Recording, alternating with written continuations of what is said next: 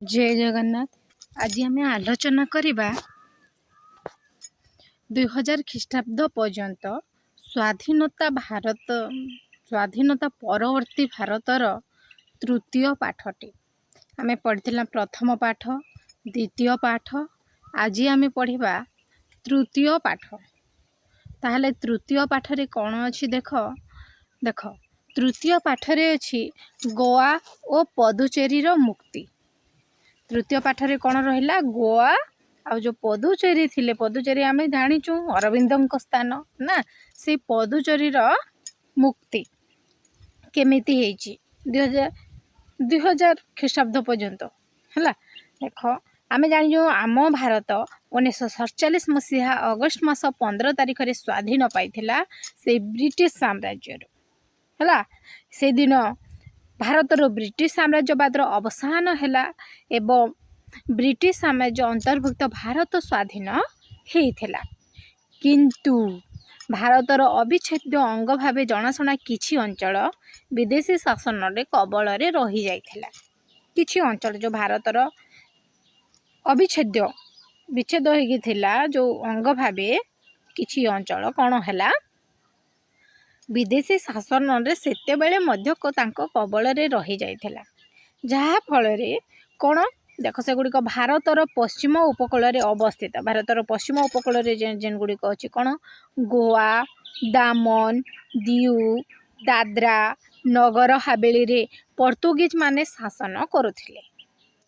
पूर्व उपकूल रे अवस्थित पदुचेरी रे फरासी माने शासन करुथिले। पूर्व उपकूल रे जेन माने थिले जो पदुचेरी रे को माने थिले फरासी माने थिले से माने शासन करुथिले एवं पोर्तुगीज माने शासन करुथिले के ने गोवा दामन दीव दादरा नगर हवेली देख से जगह रे के को माने शासन करुथिले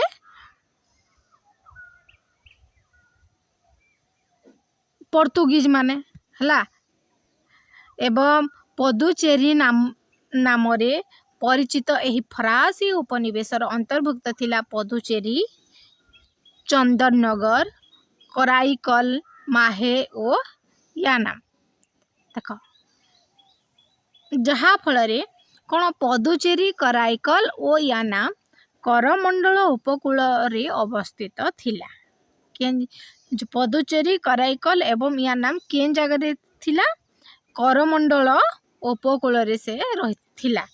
माहे अवस्थित थिला मालवार उपकूल रे। माहे केन जगह रे थिला माहे थिला मालवार उपकूल रे पदुचेरी कराईकल एवं यानाम थिला करमंडल उपकूल रे बुझीला। एवं चंदननगर थिला बंगला रे। चंदननगर केन जगह रे थिला बंगला रे माने रख चंदननगर थिला बंगला रे थिला एवं पदुचेरी कराईल एवं यानाम करमंडल उपकूल रे केन जगह करमंडल उपकूल रे थिला माहे मालवार उपकूल रे थिला बुझीला। आ चंदननगर बंगला रे थिला। भारत रे थिबा फरासी उपनिवेश आयतन थिला 510 वर्ग किलोमीटर। जो भारत रे जो फरासी उपनिवेश जो चालू थिला से फरासी उपनिवेशर आयतन थिला 510 वर्ग किलोमीटर माने रखि था। एवं 1936 रे यार लोक संख्या थिला केते 2,98,510। 1936 मसीह रे जो फरासी उपनिवेशर आयतन थिला लोक संख्या थिले केते 2,98,551 केते 2,98,551 केते मसीह रे 1936 मसीह रे। एवं पदुचेरी बा पंडिचेरी पदुचेरी जहाँ पंडिचेरी सेया फरासी उपनिवेश मानकर सदर महकुमा थिला। जो फरासी उपनिवेश मानकर सदर महकुमा कौन थिला पदुचेरी बा पंडिचेरी थिला हला। गोवा ओ पदुचेरी को भारतर राजनीतिक परिधि भीतर को फेरई आनिबा स्वाधीनता परर भारत सरकार पाखरे एक प्रमुख आह्वान भावरे रहिला। एवं केमिति भारत सहित गोवार मिश्रण हैला आम ता विषय आलोचना करवा। देख आम तो जाणीगला भारत स्वाधीन है 1947 अगस्ट 15 तारिख हेले केतेक जनाशुना अंचल आम भारतर किसी अंचल ब्रिटिश शासनाधीन थिला। बलक्रमे समयक्रमे ताहा केमिति भारत सहित मिश्रण करने प्राणपणे चेष्टा करथिले आम भारतीय स्वाधीनता संग्रामीगण एवं से सबु क्षेत्र रे अग्रणी हेले, सबु क्षेत्र रे विजय लाभ कले। ते से समय भारत सहित गोवार मिश्रण एवं आम देखा। देख गोवार इतिहास बेस प्राचीन। आम जाचु गोवा एभली एक जहाँकि बेस प्राचीन अतीत कौन गोवा गमंचल एवं गपकपत्तम गपकपुरी गवपुरी बा गमंतक नाम रे परिचित थिला। आगरु से गोवा काଣା काଣା थिला देख गमंचल गपक पत्तलम गपकपुरी गवपुरी एवं गमांत कालर क्रमिकतारे गोवा को सातवाहन कदम्ब राष्ट्रकूट चालुक्य शिलदार यादव माने शासन करुथिले। खिलिज मानक समय गोवा मुसलमान शासनर अधिकार को आसिला। ता सहित भास्को डा गामा भारत को जलपथ आविष्कार करिबा परे पोर्तुगीज माने गोवा अधिकार करने को अभियान आरंभ कले। भास्को डा गामा जानी जो जलपथ आविष्कार संपर्क आम कहवा जदि तुम मैंने चाहब ताले मुझे भास्को डा गामा विषय में कहबी किंतु कमेंट माध्यम मत जदि जनइब ताले मु आहरी तुम मानक जनईदेवी। 1510 मसीह विजयनगर सम्राट को सहायता पोर्तुगीज माने गोवा अधिकार कले। केबे केबे गोवा अधिकार करथिले पोर्तुगीज माने 1510 ख्रीष्टाब्द कहार सहायता गोवा अधिकार करथिले विजयनगर सम्राट को सहायता गोवा अधिकार कले एवं सेही दिन ठारू गोवारे पोर्तुगीज मानक शासन आरंभ हैला। किछि दिन पाई छत्रपति शिवाजी गोवा अधिकार करथिले। जो छत्रपति शिवाजी मध्य गोवा अधिकार करथिले किंतु परे परे पोर्तुगीज माने गोवा पुनर्दखल करिनेले। शिवाजी मध्य नहीं गला किंतु समय क्रमे तापरे किए पोर्तुगीज माने पुणी नहीं गले हैला। 1947 मसीह इंग्रेज माने भारत छाड़ी चली गले। आम जाने ना 1947 मसीह इंग्रेज माने भारत छाड़ी चली गले किंतु गोवारे पोर्तुगीज मानकर शासन अब्याहत रहिला। दामन दीव दादरा और नगर हवेली रे मध्य पोर्तुगीज माने से मानकर शासन जारी रखिले। पोर्तुगीज माने केन केन जगह ता सहित गोवा सहित दामन दीव नगर हवेली दादरा और नगर हवेली एमानकर ताकर शासन जारी रखिले। क्या माने पोर्तुगीज माने ताकर शासन जेतेबेले जारी रखिले गोवार पोर्तुगीज शासक भारत सरकारंकर कूटनैतिक समाधान प्रस्ताव को ग्रहण कले नाही हला। जहा फल रे कोन हला गोटे राष्ट्र मध्य थिबा अन्य राष्ट्र शासनाधीन अंचल गुडी को अंतक्षेत्र बोली कुहागला। उदाहरण स्वरूप कण गोवा दामन दीव दादरा नगर हवेली गोटे गोटे पोर्तुगीज अंतर्क्षेत्र थिले नहीं अंतर्क्षेत्र।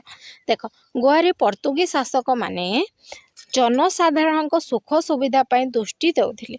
जो गोवारे पोर्तुगीज शासक माने थिले से माने कोन करथिले जनसाधारण सुख सुविधा पाई दृष्टि देउथिले। पोर्तुगीज हेले मध्ये से माने केमिति जनसाधारण माने तांकर प्रजा माने किभली भाबरे भलरे रहिबे सेतिपति से माने दृष्टि देउ नथिले।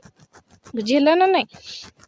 किंतु गोवा दामन दीवर जनसाधारण से मानक अत्याचार रे अतिष्ठ होई जेतेबेले से मानक ऊपर अत्याचार हैला सेतेबेले गोवा दामन दीवर जनसाधारण अतिष्ठ हो गले एवं 1955 मसीहा अगस्ट 15 रे एक बड़ धरणर विक्षोभ प्रदर्शन कले। एही प्रदर्शन रे प्राय 5000 लोक अंशग्रहण करथिले। एही प्रदर्शन को घोड़ेबा को पोर्तुगीज पुलिस गुली चालना कले। ଯେତେବେଳେ ପ୍ରଦର୍ଶନ ଗୋଟେ କଲେ ଗୋଆ ଡାମଣ୍ଡ୍ୟୁ ଜନସାଧାରଣ ମାନେ ସେତେବେଳେ ସେହି ପ୍ରଦର୍ଶନକୁ ଘଉଡ଼ାଇବା ପାଇଁ ବନ୍ଦ କରିବା ପାଇଁ ପର୍ତ୍ତୁଗୀଜ ମାନେ କ'ଣ କଲେ ପୋଲିସ ଗୁଳି ଚାଳନା କଲେ ଏବଂ ଏହି ଗୁଳି ଚାଳନାରେ 22 ଜଣ ଅହିଂସା ସତ୍ୟାଗ୍ରାହୀ ମୃତ୍ୟୁବରଣ କରିଥିଲେ। କେତେ ଜଣ? 22 ଜଣ ଅହିଂସା ସତ୍ୟାଗ୍ରାହୀ ମୃତ୍ୟୁବରଣ କରିଥିଲେ। ହେଲା, ଆନ୍ଦୋଳନକୁ ଶକ୍ତି ପ୍ରୟୋଗ କରି ଦବାଇ ଦେବା ପାଇଁ ପର୍ତ୍ତୁଗୀଜ ସରକାର ଦାମନରୁ ସୈନ୍ୟ ପ୍ରେରଣ କରିବାକୁ ଚେଷ୍ଟା କଲେ।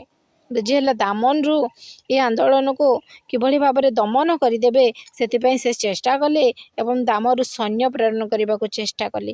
ଭାରତୀୟ ସୈନ୍ୟବାହିନୀ ଏଥିରେ ବାଧା ଦେବାରୁ ଯେଉଁ ଭାରତୀୟ ସୈନ୍ୟବାହିନୀ ମାନେ କ'ଣ ଏଥିରେ ବାଧା ଦେଲେ, ଯାହାଫଳରେ ପର୍ତ୍ତୁଗାଲ ସରକାର ଏହା ବିରୋଧରେ ଆନ୍ତର୍ଜାତିକ ନ୍ୟାୟାଳୟରେ ଏକ କ'ଣ ଅର୍ଜି ଦାଖଲ କଲେ ଏବଂ ପର୍ତ୍ତୁଗାଲ ସରକାର ପ୍ରାର୍ଥନା କଲେ ଯେ ଭାରତରେ ଥିବା ପର୍ତ୍ତୁଗୀଜ ଅନ୍ତର୍କ୍ଷେତ୍ର ଗୁଡ଼ିକୁ ପର୍ତ୍ତୁଗୀଜ ସୈନ୍ୟ ପ୍ରେରଣ ପାଇଁ ଅନୁମତି ଦେବାକୁ ଭାରତ ସରକାରକୁ ନିର୍ଦ୍ଦେଶ ଦିଆଯାଉ।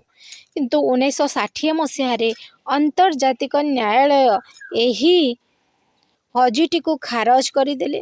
ସେହି ବର୍ଷ ଡିସେମ୍ବର ମାସରେ ଜାତିସଂଘର ସାଧାରଣ ସଭା ପର୍ତ୍ତୁଗାଲ ବାହାରେ ଥିବା ପର୍ତ୍ତୁଗୀଜ ଉପନିବେଶ ଗୁଡ଼ିକୁ ପର୍ତ୍ତୁଗାଲର ରାଜ୍ୟସଭାରେ ବିବେଚନା କରିବା ଦାବିକୁ ମଧ୍ୟ ଆଗ୍ରହ କରିଦେଲେ।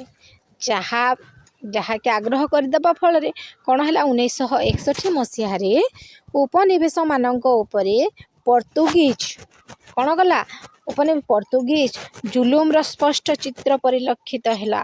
ପର୍ତ୍ତୁଗୀଜ ଜୁଲୁମ କରୁଥିଲା ତାହା ସ୍ପଷ୍ଟ ଚିତ୍ର ପରିଲକ୍ଷିତ ହେଲା 1961 ମସିହାରେ ଏବଂ ଭାରତର ପ୍ରଧାନମନ୍ତ୍ରୀ କଥାବାର୍ତ୍ତା ଜରିଆରେ ଗୋଆ ସମସ୍ୟାର ସମାଧାନ ଚାହିଁଲେ।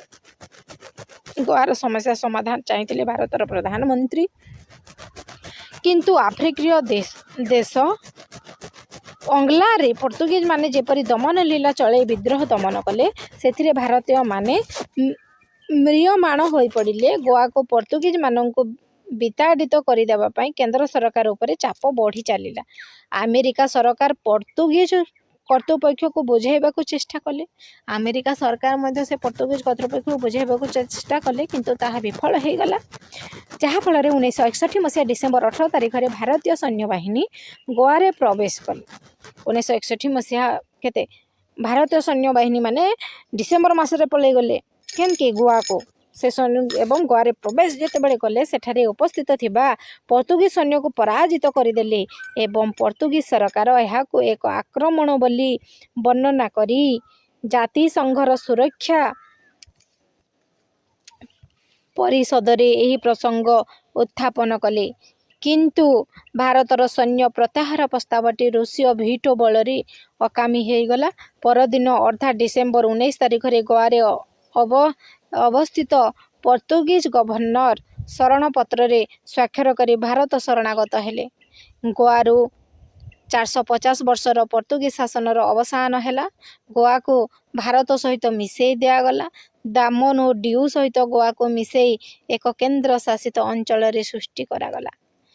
ହେଲା, ପୁରା 450 ବର୍ଷର ପର୍ତ୍ତୁଗୀଜ ମାନେ ଲାଗିଥିଲେ, ଶାସନ କରୁଥିଲେ, କିନ୍ତୁ ଆମ ଭାରତ ଏତେ ଶକ୍ତିଶାଳୀ, ଏତେ ମାତ୍ରାରେ ସେ ନିଜର କର୍ତ୍ତବ୍ୟ ପରାୟଣ, ଯାହାକି ସେଇ 450 ବର୍ଷର ପର୍ତ୍ତୁଗୀଜ ଶାସନକୁ ମଧ୍ୟ ହଟେଇ ଦେଲେ ଏବଂ ସେ ଗୋଆକୁ ଭାରତ ସହିତ ମିଶାଇ ଦେଇଥିଲେ। ତାପରେ 1936 ମସିହା ଆସିଲା।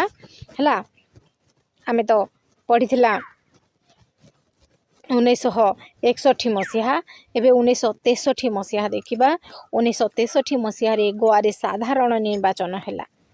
ଯେତେବେଳେ ଗୋଆ ଭାରତ ସହିତ ମିଶିଗଲା, ଗୋଟିଏ କେନ୍ଦ୍ର ଶାସିତ ଅଞ୍ଚଳରେ ସୃଷ୍ଟି ହେଲା, ସେତେବେଳେ ଗୋଆରେ ମଧ୍ୟ ଗୋଟିଏ ସାଧାରଣ ନିର୍ବାଚନ ହେଲା ଏବଂ 1967 ମସିହାରେ ଗୋଆରେ ଏକ ଗଣଭୋଟ ଆୟୋଜିତ ହେଲା।